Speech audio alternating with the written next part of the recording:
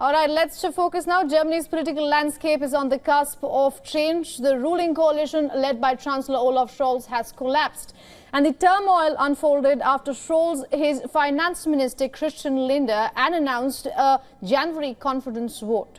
Scholz said that Lindner broke his trust on more than one occasion, with reports saying that the Finance Minister has been sacked for being too obstructive over disputes on the budget and also on passing reforms. Ladies and gentlemen, I have just asked the President for the dismissal of the Finance Minister. I feel forced to take this step in order to avert damage from our country. We need a government that is able to act, that has the strength to make the necessary decisions of our country. That's what was important to me in the past 3 years.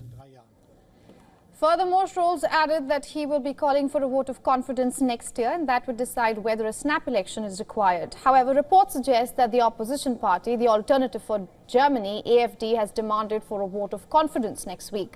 Following his sacking, the former finance minister said that the German Chancellor is leading the country into a phase of uncertainty. Now, some members of the FDP have cautioned that they will quit Scholz's three-way coalition government. Currently, Scholz's SPD has 207 seats out of the 733 seat, and the Free Democratic Party and the Greens have 91, 117 seats respectively. On the other hand, the Alternative for Germany, which might call an early vote of confidence, has 76 seats. The ongoing political developments in Germany are making ripples, and half the European Union worries.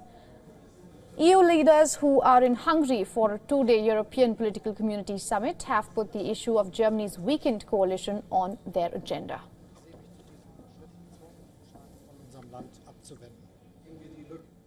Now, correspondent Trent Murray is joining us on this broadcast from Brussels to get us the latest.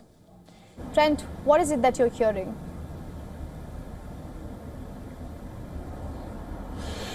Well, look, it's been a pretty dramatic 24 hours, it has to be said, here in Europe. First, really the political earthquake, which they have seen over in Washington with that thumping victory by President Trump. But it was an aftershock in Berlin that they were not expecting, effectively the collapse of German Chancellor Olaf Scholz's coalition government. Now, why does this happen? Well, there's really three parties that are part of that government, all quite ideologically different, and they have been arguing for some time, but it all came to a head last night when the German Chancellor fronted the cameras at the Chancellery and announced he had fired the Finance Minister, as you said. Now, crucially, what happens next is a real disagreement over the timeline. We know the Chancellor has agreed to a vote of confidence in his leadership.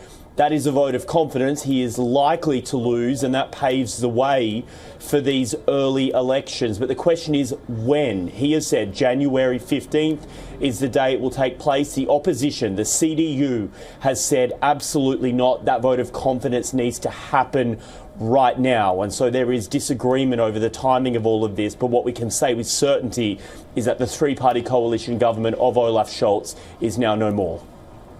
All right, Trent, thank you so much for all those updates from Brussels.